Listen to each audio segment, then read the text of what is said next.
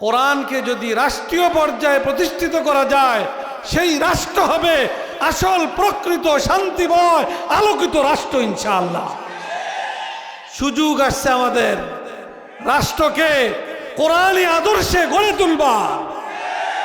এই সুযোগকে আমরা কাজে লাগানোর জন্য প্রস্তুত আছি। আল্লাহ পাক আমাদেরকে তৌফিক দান করুন। আল্লাহর কোরআনের মধ্যে আল্লাহ তাআলা ঘোষণা করেছেন, কিতাবুন আনজালনাহু ইলাইকা লিতুখরিজান নাসা মিনাজ যুলুমাতি ইলান নূর। আল্লাহ পাক বলেন, হে নবী, আমি আপনার কাছে কোরআন পাঠিয়েছি যাতে করে কোরআনের মাধ্যমে আপনি গোটা মানব জাতিকে গোমরাহির অন্ধকার থেকে হেদায়েতের আলোর দিকে আপনি পরিচালিত করতে পারেন। আলহামদুলিল্লাহ, এই কোরআনী শিক্ষাকে আমাদের সমাজে বিস্তৃত করার জন্য, কোরআনকে সমাজকে কোরআনী শিক্ষার দ্বারা সাজানোর জন্য, গোছানোর জন্য এই সকল কোরআনী প্রতিষ্ঠান, এই সকল দ্বীনী প্রতিষ্ঠান নির্লসভাবে কাজ করে যাচ্ছে। ওই প্রতিষ্ঠান সমূহের মধ্যেই একটি উল্লেখযোগ্য প্রতিষ্ঠান, যেটা আপনাদের এই এলাকায় প্রতিষ্ঠিত, আপনাদের দোয়া এবং সহযোগিতায় প্রতিষ্ঠিত হয়ে আজকে এক যুগ আলহামদুলিল্লাহ সুষ্ঠু সুন্দরভাবে পরিচালিত হয়ে আজকের এই অবস্থানে উপনীত হয়েছে। অতএব আমরা এই কোরআনী প্রতিষ্ঠানকে আমরা সর্বাত্মকভাবে আমরা এগিয়ে নেওয়ার জন্য আরো জোরালোভাবে আমরা প্রত্যেকেই ভূমিকা রাখবো ইনশাআল্লাহ। এই কোরআন আমাদেরকে আলোর পথ দেখায়, হেদায়েতের পথ দেখায়, নূরের পথ দেখায়, শান্তির পথ দেখায়, সফলতার পথ দেখায় এবং দুর্নীতি মুক্ত, সন্ত্রাস মুক্ত, প্রকৃত শান্তিময় দেশ গড়ার রাস্তা আমাদেরকে কোরআন দেখায়। অতএব আমাদেরকে কোরআনের সেই মূল মর্মবাড়ি, অনেকে মনে করে কোরআন এটা একটা ধর্মীয় কিতাব, বাস এটা মাদ্রাসা মসজিদের মধ্যেই থাকবে। আল্লাহ পাক কি শুধু মাদ্রাসা মসজিদের জন্য কোরআন নাজিল করেছেন? না, এই কোরআন দ্বারা সংসদ পরিচালিত হবে, বঙ্গভবন পরিচালিত হবে, সব জায়গায় কোরআন দ্বারা যখন আমরা পরিচালনা করতে পারবো, তখন আমরা প্রকৃত শান্তি আমরা ইনশাআল্লাহ সর্বত্র বিরাজমান দেখতে পারবো ইনশাআল্লাহ। আল্লাহ পাক আমাদের সকলকে তৌফিক দান করুন। আমরা আমাদের প্রত্যেকটা মানুষ কোরআনের দ্বারা উপকৃত হওয়ার বিভিন্নভাবে সুযোগ আল্লাহ তাআলা আমাদেরকে দান করেছেন। কোরআন তেলাওয়াত করব তো প্রতি হরফে আল্লাহ তাআলা কমপক্ষে 10 নেকি দান করবেন। সন্তানদেরকে কোরআনের হাফেজ বানাইব তা আল্লাহ তাআলা হাফেজ কোরআনের উসিলায় কিয়ামতের দিন কোটি কোটি মানুষের সামনে আমি বাবা হিসাবে আমাকে আল্লাহ তাআলা নূরের মুকুট পরিয়ে আমাকে সম্মানিত করবেন। আবার আমার দ্বারা যদি কোনো নাফরমানি হয়ে যায়, গুনাহ হয়ে যায়, ত্রুটি হয়ে যায়, নিজেকে সেই ত্রুটি থেকে আবার পাক পবিত্র করার মাধ্যম হিসেবেও আল্লাহ পাক আমাদেরকে কোরআনকে ব্যবহার করার সুযোগ আমাদেরকে দান করেছেন। আল্লাহ রাসূল হাদিসের মধ্যে বলেছেন, ইন্না হাযিহিল কুলুব তাসদাউ কামা ইয়াসদাউল হাদীদ ইদা আসাবাহুল মা।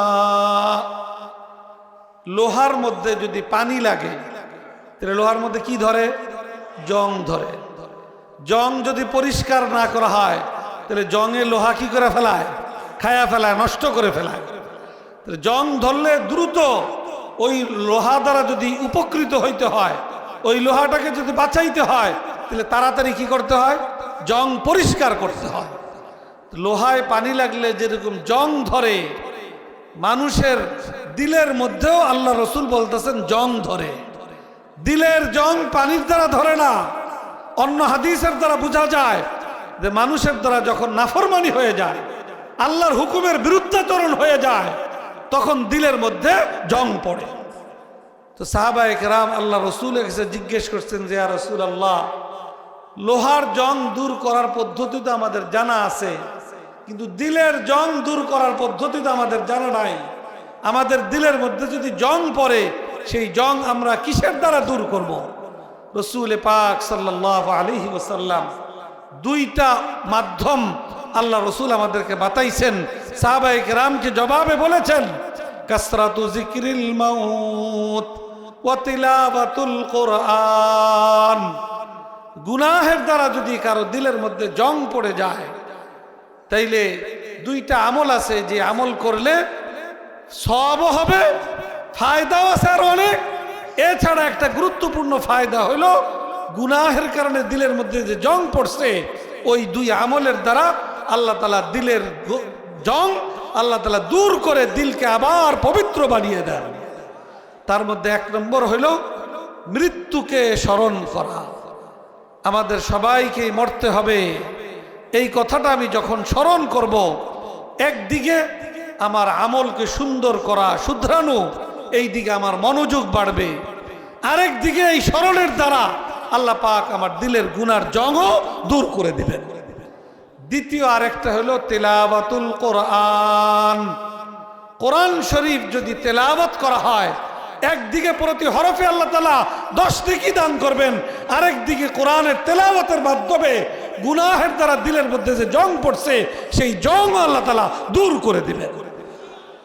অতএব আমাদের এই সমাজটাকে যদি পাপ মুক্ত পবিত্র সমাজ বানাতে হয়, একদিকে কোরআন এই সমাজে ব্যাপকভাবে সর্বত্র এটাকে ছড়িয়ে দেওয়া, সর্বত্র কোরআনের বিধানকে জারি করা, বাস্তবায়ন করা, আরেকদিকে কোরআনের তেলাওয়াত গোটা মুসলিম জাতির মধ্যে ব্যাপক থেকে ব্যাপকতর করার উদ্যোগ গ্রহণ করা, এটা আমাদের জন্য জরুরি।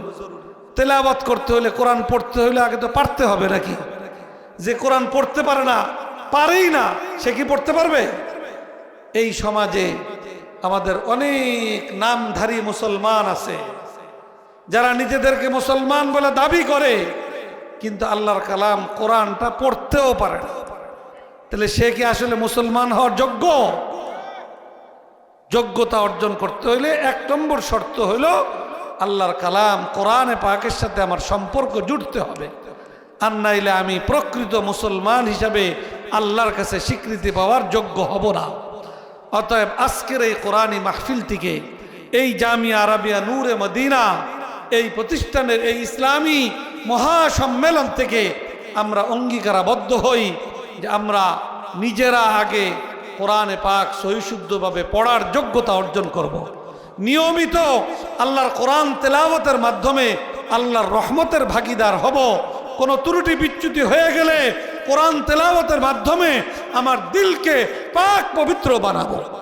আর পাশাপাশি কোরআন শুধু পড়ার জন্য নয়, কোরআনের বিধান জীবনের সর্বত্র বাস্তবায়নের মাধ্যমে প্রকৃত আল্লাহর বান্দা হিসাবে নিজেকে চালানো, পরিবার, সমাজ, রাষ্ট্রকে পরিচালনা করা, এই জন্য আল্লাহ পাক কোরআন দিয়েছেন। অতএব এই সবটার জন্য আমরা প্রস্তুত হই। আল্লাহ তাআলা সুযোগ যতটুকু দিয়েছেন, সেই সুযোগকে কাজে লাগিয়ে কোরআনের এই যেই মর্ম, এটাকে আমরা এগিয়ে নেওয়ার জন্য সবাই ইনশাআল্লাহ অঙ্গীকারাবদ্ধ হই। কি বলেন ইনশাআল্লাহ? সকলে রাজি আছি তো ইনশাআল্লাহ? আল্লাহ পাক আমাদের সকলকে তৌফিক দান করুন। আমরা এই কোরআনী প্রতিষ্ঠানের ফসল, যাদের মাথায় আজকে আমরা এখানে পাগড়ি পরালাম, আমাদের সকলের কর্তব্য তাদের জন্য দোয়া করা, যে আল্লাহ পাক তাদের সিনার মধ্যে কোরআন, কোরআনের ইলম, কোরআনের নূর আল্লাহ তাআলা যে দান করেছেন, এটা যেন তারা আজীবন এটাকে হেফাজত করতে পারে, এবং এই কোরআনের ইলম এবং কোরআনের নূরের যে হক তাদের উপরে বর্তায়, সেই হক যেন তারা আদায় করতে পারে। কোরআনের পথ থেকে কোরআন হাসিল করার পর যেন কেউ যেন বিচ্যুত না হয়। ওয়ারিসে নবী হিসাবে তাদের উপরে যে জিম্মাদারি, আল্লাহ পাক প্রত্যেককেই সেই জিম্মাদারি যথাযথভাবে পালন করবার তাদেরকে আল্লাহ তাআলা তৌফিক দান করুন।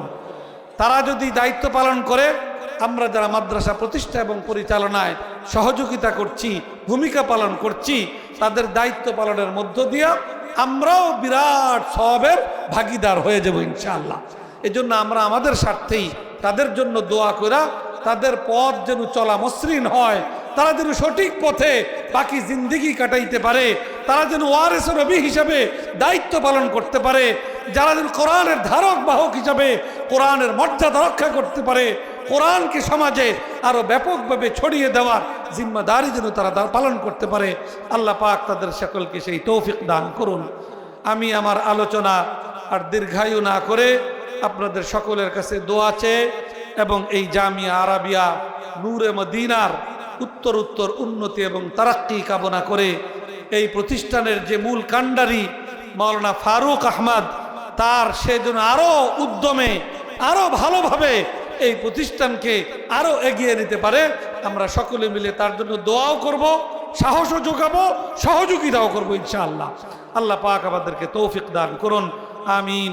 ওয়া আখিরু দাওয়ানা আনিল হামদুলিল্লাহি রাব্বিল আলামিন।